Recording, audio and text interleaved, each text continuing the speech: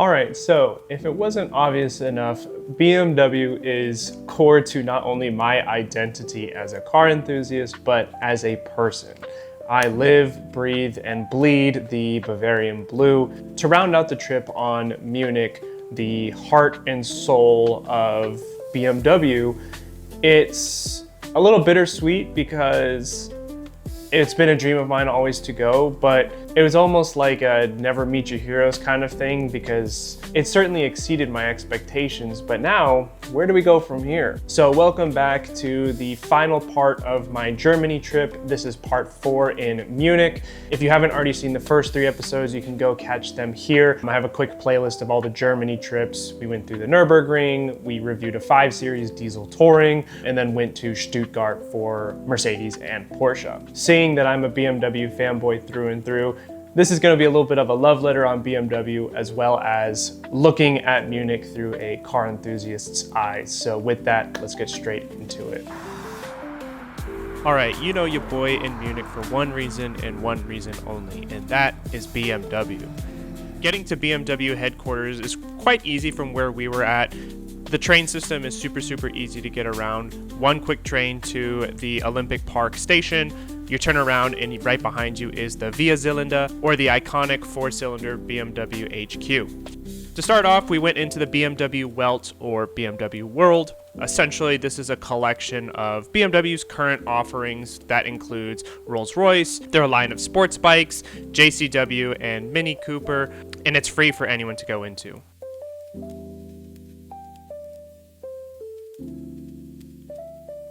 I really liked this approach to BMW's display of everything. Again, this is mostly for prospective clients and people that might be interested in purchasing a BMW product in the future. Obviously, this isn't catered to Rolls-Royce buyers as a whole, but it is really cool to see from a normal person's perspective the amount of bespoke options you can get on a Rolls-Royce. I mean, these vehicles are absolutely massive, and if you've never been in one, never seen one in person, it's absolutely crazy how much presence they give on the road.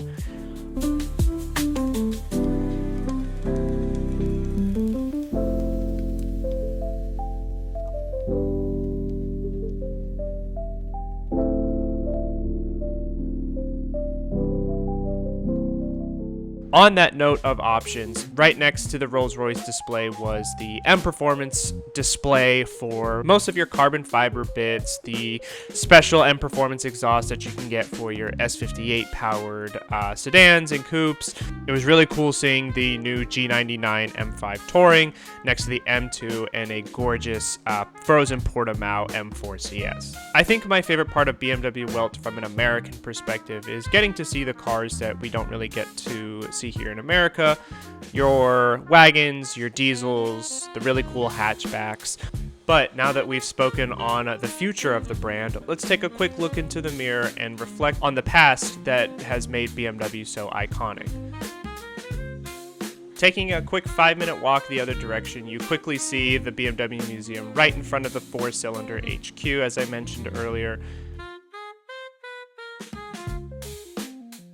Immediately once you enter the museum, you're greeted with the sights, the sounds, and the smells of classic BMW memorabilia, and it's been an absolute dream of mine for any car enthusiast as well to really get an inside look into what a manufacturer has to offer, whether it be projects of the past, prototypes, and especially displays of some of their greatest achievements. One example of this is the wall of iconic engines that BMW has produced over its last century and a half. They start with boat engines, airplanes, and even the iconic P85 that was in the E46 GTR car that, if you're a fan of Need for Speed Most Wanted, you'll know very well. Now, rather than forcing you guys to continue to listen to me yap and go on and on about nerdy BMW stuff, I'm going to shut up now, let you enjoy the rest of the museum, and sprinkle in a little bit of my experiences here and there.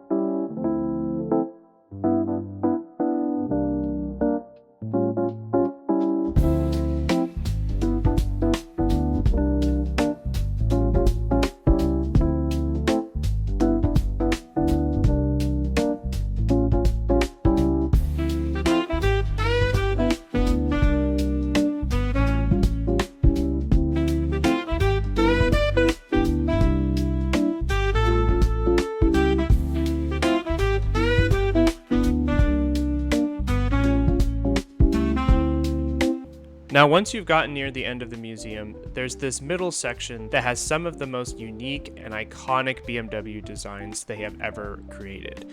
One of my favorite being the E31 8 Series convertible prototype, next to it being the Z1, and just behind it, the Z8. Three of my top vehicles that BMW has ever made.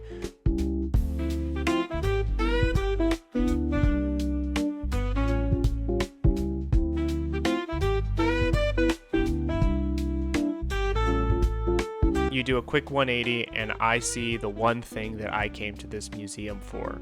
And that, ladies and gentlemen, is the BMW E38 750 HL, the hydrogen version V12 that BMW made in the very late 1990s and early 2000s, runs on hydrogen and petrol.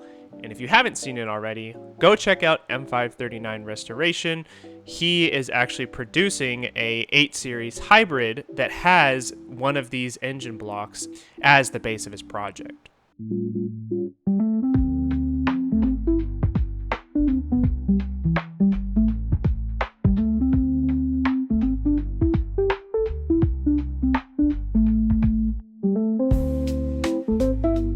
Now, once we were finished with this museum, of course I had to give my girlfriend a little sweet treat, and we went to the Pinokotek Der Moderne Museum, Modern Museum of Art and Architecture.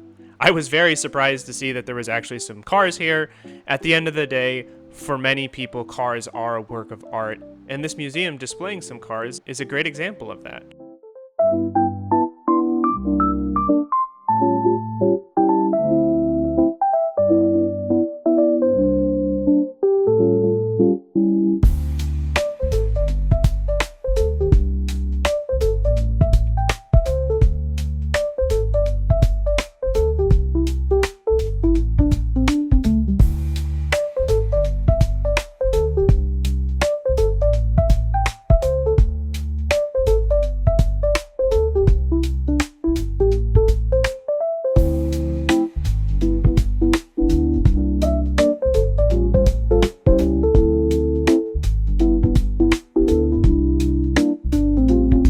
Now, wrapping up our day, I can't say I saved the best for last, but certainly another sweet treat for any car enthusiast who's familiar with these.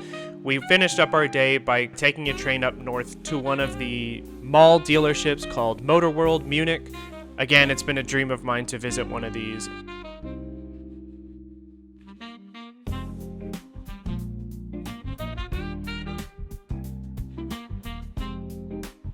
The variety of vehicles is absolutely insane.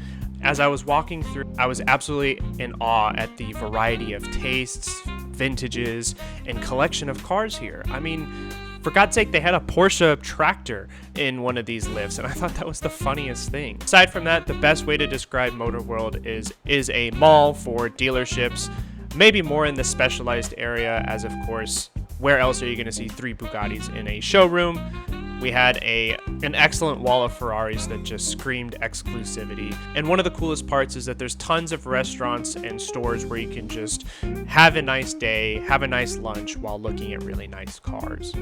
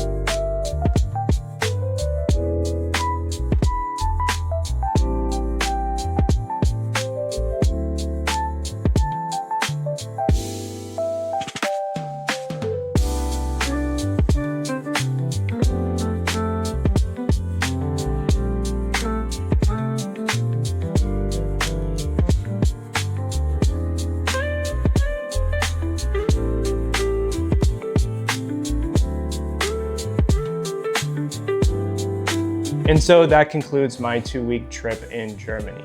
While it's not a once-in-a-lifetime trip, because I'm gonna go again for sure, I cannot appreciate enough the time and experiences that I was able to have in Germany. The people were great, the culture was great, the food was great, and seeing the cars, the sights, the smells, the sounds, it really was a car enthusiast dream. And so I implore you guys, what are some of your favorite car-related travels, antics, and stories of solely because of the love of cars? I really appreciate you guys joining me on this trip. I hope I was able to share a little bit of the excitement and enthusiasm that I had. As always, thank you all for watching Your Favorite Garage. I'm your host, Donovan, and until next time, see you guys later.